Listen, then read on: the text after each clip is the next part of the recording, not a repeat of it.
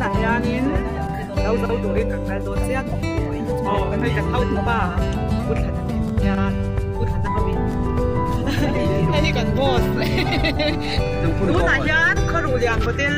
ชิงก็เป็นโฮเทลเรียนนั่งคุยโฮเทลกันชิงโซ่นั่นสิชวนมาชอบไปเที่ยวดิ้งเต้มันตลอดดิ้งเต้โซ่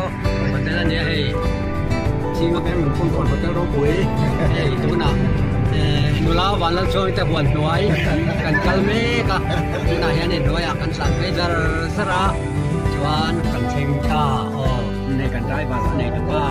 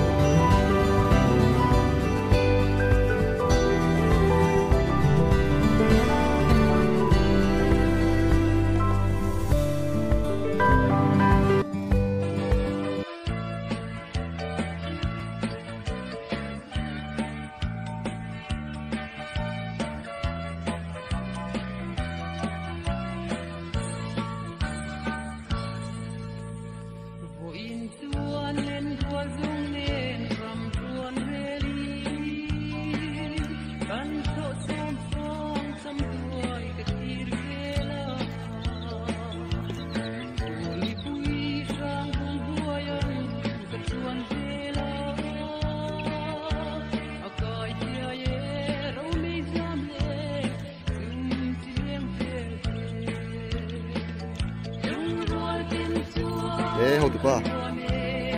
我即係緊時間多啲去。好對當級咪，發燒起，算啦，都用。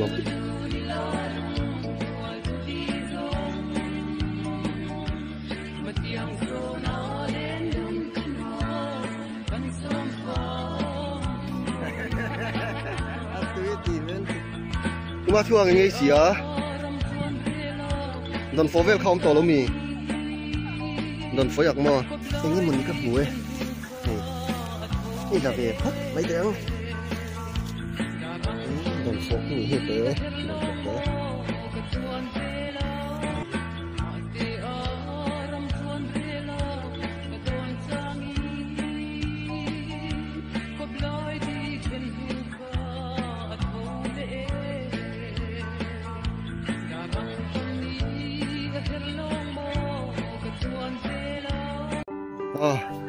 กันlâu dầu chứ lọt lính ta kiếnกันhọ lệ ta áp buộc poกันbuộc khop này